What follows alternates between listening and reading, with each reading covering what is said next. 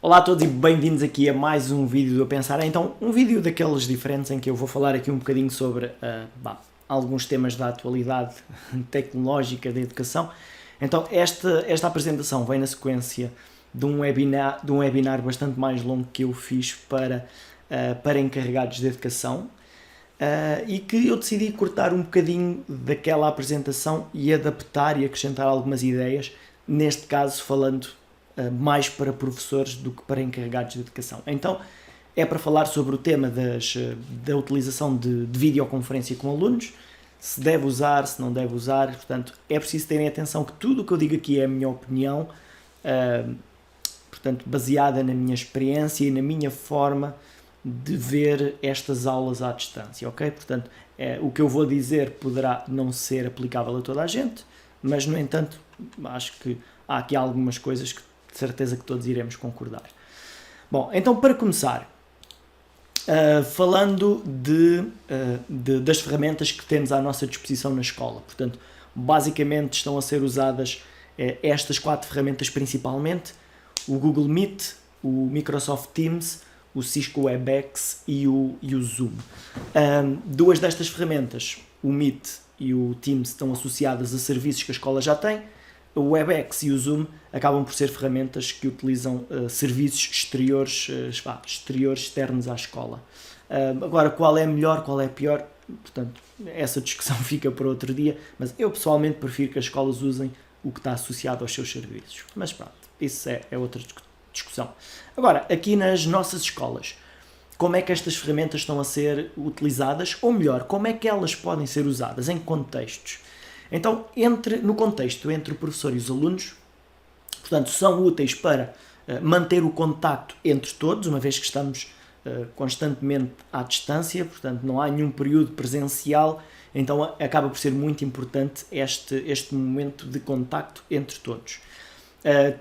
Criar algumas sessões de tutoria, portanto, ajudar alguns alunos em particular, portanto, falar mais com um aluno ou com outro sobre os mais diversos assuntos, sejam em termos de dificuldades, seja em termos de apoio psicológico, etc. Portanto, podem ser ferramentas utilizadas.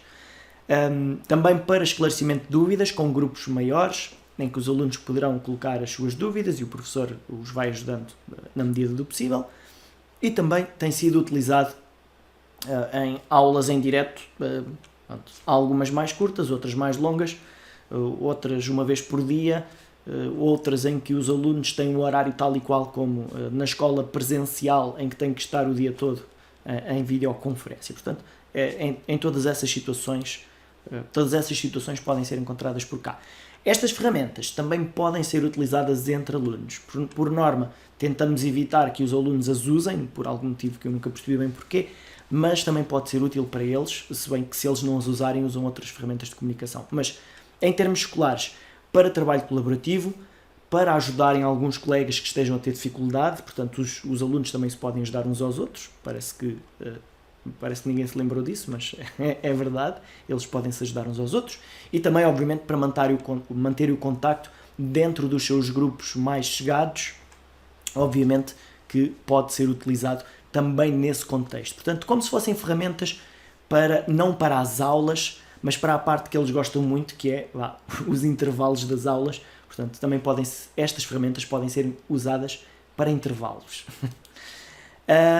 Agora, se estas ferramentas são um mal necessário, se temos mesmo de usá-las, se podemos dispensá-las, bom, aqui a minha opinião é que nós não podemos dispensar estas ferramentas. A sua utilização traz vários problemas, mas é um mal necessário. Portanto, a resposta a esta pergunta é sim, é um mal necessário. Devemos utilizá-las, mas devemos utilizá-las com cuidado. Porquê? Porque há várias coisas que podem acontecer. Na verdade, eu comecei a fazer uma pequena lista e a lista foi crescendo. Então eu vou passá-la rapidamente e depois vamos falar um bocadinho sobre estas coisas. Então, o que é que eu escrevi aqui? Problemas técnicos da parte do professor e também dos alunos, claro. Utilização de equipamento inadequado por parte do professor. Falta de controle dos microfones dos alunos. Utilização do chat de forma pouco apropriada. Problemas relacionados com proteção de dados. Entrada de elementos estranhos à turma numa videoconferência. Pouca qualidade na imagem. Falhas no som. aulas demasiado longas e atrasos de alunos em aulas que sejam curtas. Então, falando um pouquinho melhor destes problemas. Então, em termos de som, imagem, problemas técnicos, há sempre problemas que podem surgir. Os alunos não ouvirem o professor não ouvir os alunos, haver alunos que não ouvem o professor, um aluno que não ouve o professor enquanto todos os outros ouvem, problemas no acesso à sala, dificuldades na instalação do software específico para aquilo, esquecimentos de passwords necessários para entrar, esquecimento de convidar alguém. Então há uma série de problemas relacionados com a preparação da sessão que fazem com que aquilo corra tudo muito mal. Se os problemas estiverem no lado técnico do professor, pois aí não vai correr nem bem nem mal, não vai correr de todo. Portanto, e vai aumentar muito aquela antipatia pela videoconferência. Um professor em que isto corra mal a primeira ou as duas primeiras vezes não vai querer experimentar, não vai querer ter a terceira experiência assim tão cedo, provavelmente. Então é preciso também estar preparado para essas situações e seguindo algumas boas práticas que eu já vou dizendo a seguir. Portanto, a falta de controle dos microfones tem a ver com o facto dos alunos poderem ligar o microfone, e se tivermos uma turma com 30 alunos, basta haver um aluno em que se ouve o cão do vizinho a ladrar, ou outro aluno em que se ouve o irmão mais novo a brincar, ou os pais do outro a discutir, ou tudo junto, para já agora. E então é sempre um grande problema, ok? Há software em que é mais fácil controlar, no entanto, por norma, os alunos podem sempre ativar o microfone sempre que quiserem, em alguns casos até podem desligar os microfones uns dos outros, pronto. Há esse pequeno problema. Não é pequeno, é grande. Portanto, a utilização do chat de uma forma inapropriada, ou para dizer disparates, ou para conversas paralelas ao que o professor vai falando, portanto, coisas que acontecem também com muita frequência. Problemas relacionados com proteção de dados têm a ver com a possibilidade de gravações da sessão aparecerem na internet, a ridicularizarem o professor, a ridicularizarem o colega que estava com o dedo no nariz. Portanto, qualquer aluno pode capturar a imagem, qualquer aluno pode capturar o vídeo da conferência e o áudio. Portanto, não pensem, mas a ferramenta os alunos não permitem. Os alunos podem gravar o que lhes apetece do seu ecrã. Eu estou agora até a gravar no ecrã a minha apresentação de PowerPoint e ela não me deu autorização para isso. Nem precisa de dar. Portanto, depois a pouca qualidade da imagem, a pouca qualidade do som, aí já sabemos como é que é. Se vocês já tiveram em videoconferência com outros colegas professores, numa reunião de professores, vocês sabem que a qualidade do som de alguns é inexistente. Alguns não conseguem falar, não se sabe bem porquê. Alguns também, se calhar, nem lhes apetece muito falar. Mas há alguns em que o som é muito mau e que está-se a ouvir só estalos. Há outros em que se ouve muito baixo. Há outros que se ouvem no fundo do poço. Há outros que se ouve com o som todo intermitente por causa do microfone ou por causa da internet. Então, agora imaginem que há um aluno tem de ouvir um professor desse a falar durante meia hora. Provavelmente não vai ser muito produtivo, nem para os alunos, nem para o professor, nem para a aula em si, ok? Portanto, depois tem de haver aqui um equilíbrio do tempo da utilização. Neste caso eu falo de aulas, porque há quem queira dar aulas normais usando estas ferramentas. Não é para isso que elas servem, não é isso que é suposto fazer. Portanto, estas ferramentas devem ser usadas com outras finalidades que também vamos falando aqui ao longo desta apresentação. Para quem queira fazer algo mais curto, para não estar a amassar muito os alunos e para estar mais de acordo com as boas práticas, pois tem o grave problema que um aluno que chegue 5 minutos depois da hora, em que um professor vai falar durante 10 minutos, pois na verdade está a falhar a metade da aula, o que também não é muito proveitoso. Portanto, estas são algumas das coisas más que podem acontecer. Há mais outras, mas estas são as piores que eu me lembrei. Provavelmente vocês vão pensar noutras.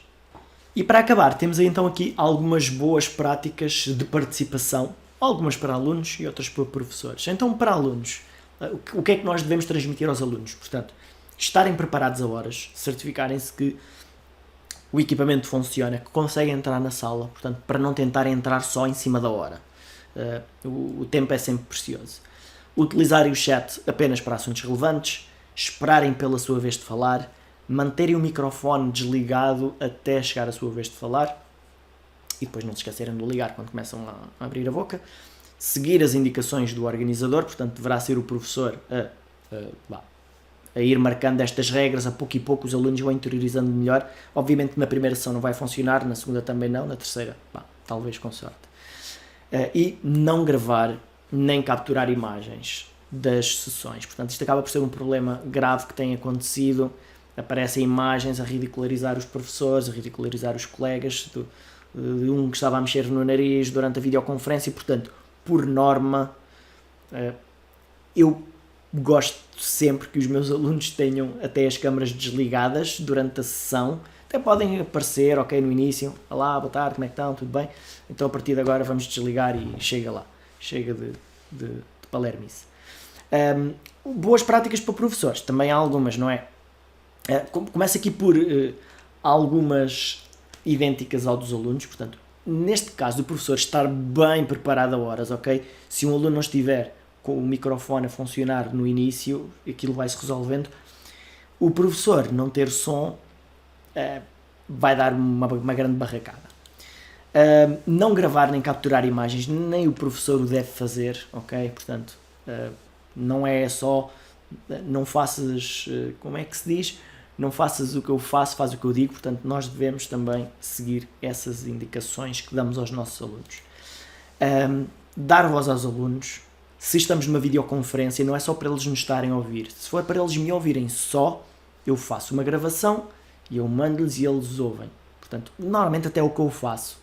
E depois nós vamos para a videoconferência para tirar dúvidas sobre aquilo que eles viram antes, ou no dia antes, ou 2 dias antes. Portanto, eu dou sempre quanto tempo de antecedência para verem. Não às aulas expositivas. Portanto, temos de mudar. Se na sala de aula normal as aulas expositivas não são muito apreciadas nem muito úteis para os alunos, neste contexto vai ser ainda pior, porque eles vão continuar a olhar para a webcam, mas podem já estar a fazer outra coisa ou ver qualquer coisa no YouTube com os fones ligados e o professor nem percebe o que é que eles estão a fazer. Portanto, tentar manter sessões curtas, portanto, ir mesmo de encontro ao que é mesmo preciso. E o que é mesmo preciso numa videoconferência é que os alunos tenham voz. Portanto, nem precisa de ser, bom, eu vou falar durante 20 minutos e depois temos 10 minutos de perguntas, não, porque não é ao contrário. Nós vamos começar com as perguntas e eu depois vou explicando o que for preciso. Portanto, pode ser assim dessa forma.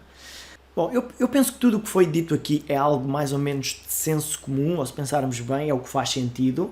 No entanto, e dando agora a minha opinião mais em concreto, eu pessoalmente considero que as aulas em videoconferência não são super produtivas. Eu prefiro dar alguns recursos de forma assíncrona, mesmo que seja uma gravação de eu próprio a falar, aquilo que iria falar na videoconferência, eu gravo-me a dizer aquilo antes. E nem tenho aquele problema de já estão a ouvir, já estão a ver o meu ecrã, não estão a ver o meu ecrã. Pois há sempre alguém que não ouve. Então é preferível nós criarmos uma versão que está 100% a funcionar, com o som a 100%, com a imagem a 100%. Os alunos que tiverem internet rápida veem aquilo bem. Os alunos que tiverem internet lenta vão esperar que o vídeo carregue durante um bocado. E depois vem o vídeo completamente bem.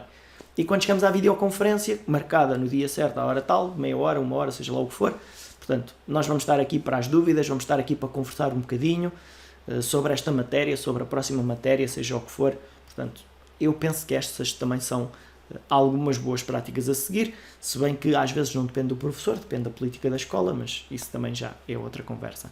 Bom, então estas foram algumas das minhas ideias.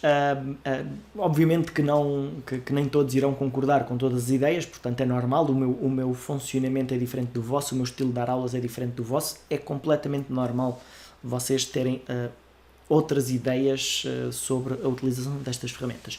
Então, isso podia ser uma boa, este vídeo pode ser uma boa forma também de partilharem a vossa experiência. Então usem os comentários ou no grupo ou aqui mesmo no YouTube. Coloquem nos comentários, não coisas que ouviram que acontecem com os outros, mas falem da vossa própria experiência, coisas boas, coisas más, porque as aulas, mesmo sendo aulas de 1 hora, 2 horas, até podem correr muito bem, depende sempre dos alunos que têm e da vossa dinâmica e da matéria, portanto há muitos fatores. Então falem um bocadinho da vossa experiência e digam como é que tem corrido. Ok? Bom, então espero que tenham gostado, partilhem com quem achem que possa achar isto útil e vemo-nos no próximo vídeo.